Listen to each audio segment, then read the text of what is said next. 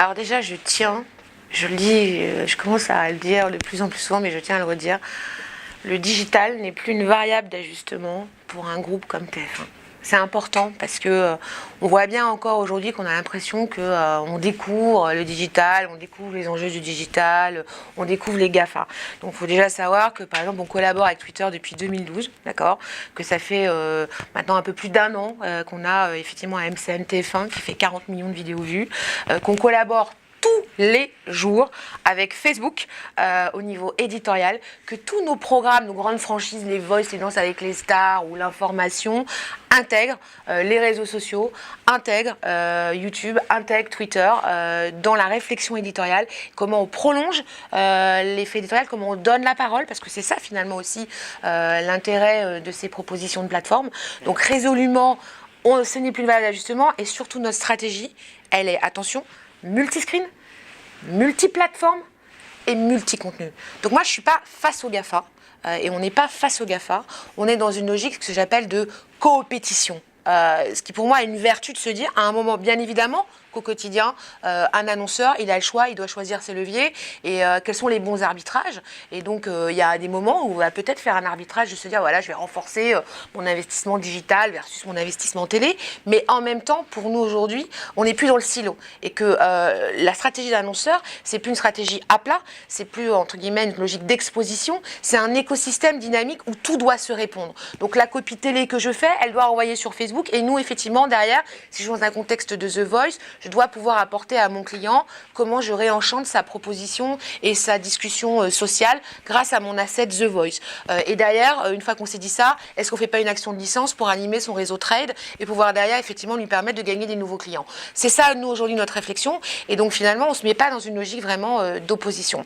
Après, de manière concrète, comment on opère, effectivement, la collaboration avec les GAFA? Sur la partie éditoriale, je pense que j'étais assez claire. Sur la partie publicitaire, c'est effectivement donc cette alliance qu'on a annoncée avec Studio 71, avec ProSieben et Mediaset.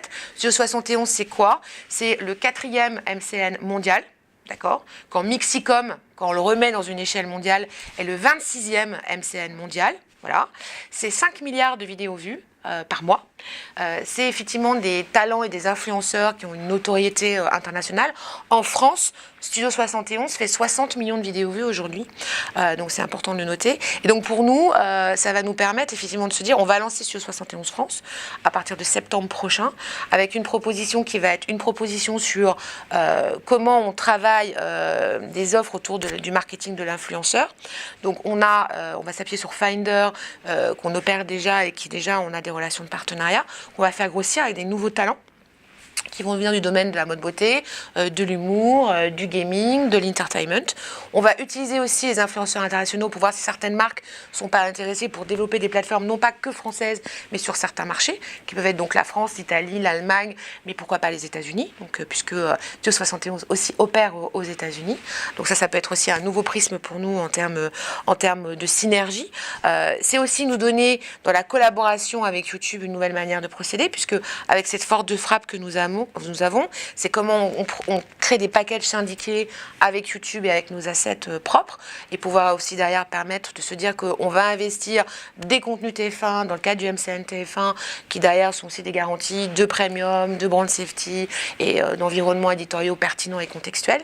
Donc voilà, c'est tout ça derrière cette alliance et c'est clairement accélérer et passer à la vitesse supérieure et se dire que oui, les plateformes aujourd'hui sont incontournables dans l'expression d'un plan média, dans l'expression d'une logique de monter un écosystème pour une marque et qu'on ne peut pas, entre guillemets, l'ignorer ou se dire on va se mettre face à eux. Mais on est bien dans une logique de se dire c'est un prolongement naturel, c'est complémentaire et comment on crée des passerelles, comment on crée des synergies dynamiques. La vidéo, pour nous, c'est notre cœur business, hein, clairement. Nous, aujourd'hui, plus de 90% de nos revenus sont corrélés à la vidéo. On a la première offre du marché français en termes publicitaires, mais aussi en termes d'usage sur le replay. Voilà. Donc nous, il y a un enjeu aujourd'hui de revoir par rapport à la vidéo, de nouveau, à la fois comment on intègre les marques de manière plus pertinente par rapport à l'évolution des usages et se dire, effectivement, le 30 secondes télé, faut arrêter de se dire qu'on va le plugger tel quel sur du PC, du mobile, la tablette ou de l'IPTV. Donc nous, on va être de plus en plus dans une logique d'accompagnement et de pédagogie des marques et des agences là-dessus, avec des prises de position très claires qui vont être de dire le mobile, il faut du 10 secondes et on va arrêter de mettre du 20 ou du 30. Sur l'IPTV, effectivement, le format pertinent, c'est plutôt une moyenne de 20 secondes. Donc voilà, on a un gros sujet sur 2017 d'accompagnement et d'optimiser finalement l'intégration de la publicité dans l'écosystème des 4 écrans que nous monétisons sous le prisme de la vidéo.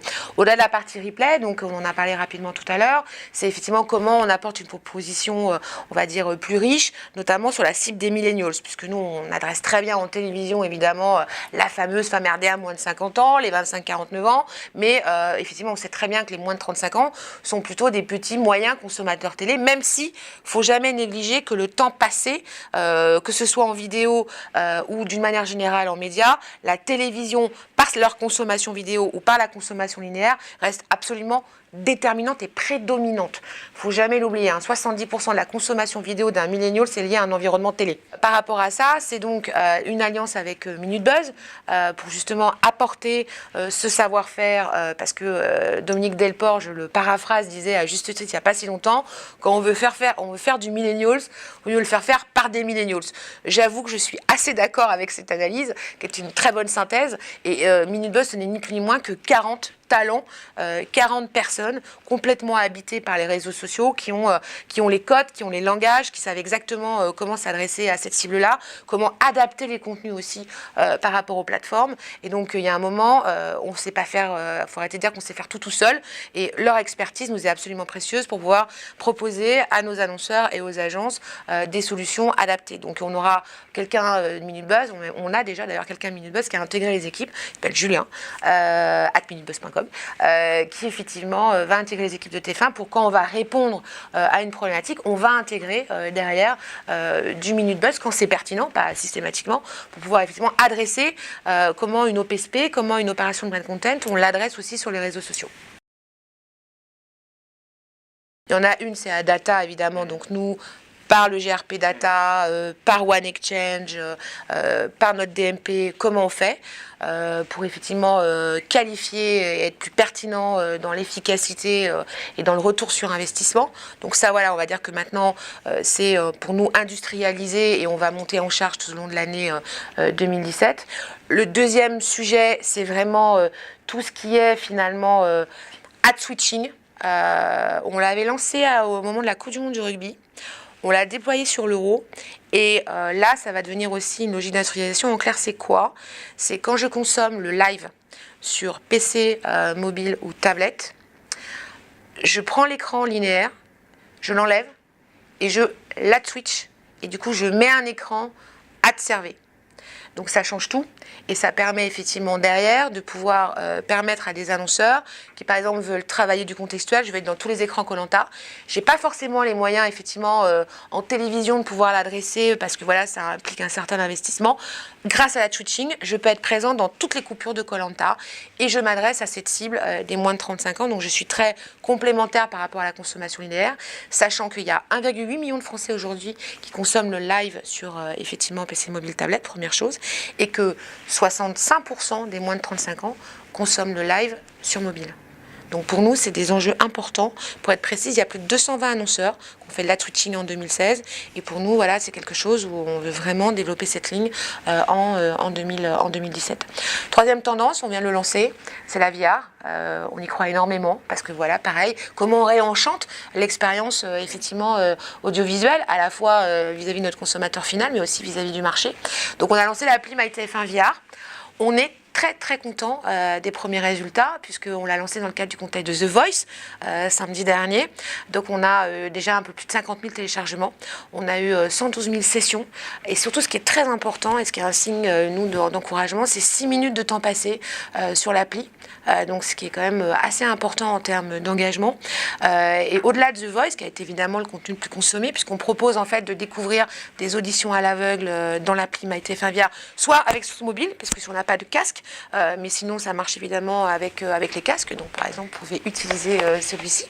Et derrière, c'est de se dire effectivement ce temps d'engagement qui présuppose qu'il y a vraiment une appétence des gens pour vivre finalement une proposition enrichie, plus immersive dans nos univers. Donc on lance Voice et là on va aussi travailler sur koh donc dans une autre proposition. Et ce qui est juste pour l'anecdote, les 2 autres contenus consommés le plus dans le cadre de l'appli MyTF1 VR, parce qu'on a mis pas mal de contenus qu'on avait, c'est la Formule 1 et les pyramides, qui ont été effectivement très fortement consommés ce week-end. Donc voilà, mais en tout cas, là, il y a quelque chose qui nous intéresse, et avec Minute Buzz d'ailleurs, qui est aussi, ont cette conviction de la VR, on va aussi travailler avec eux et voir comment on peut aussi enrichir une proposition Brain Content VR dans le cadre de la partie plateforme sociale. Donc c'est aussi un axe de travail très fort avec eux cette année.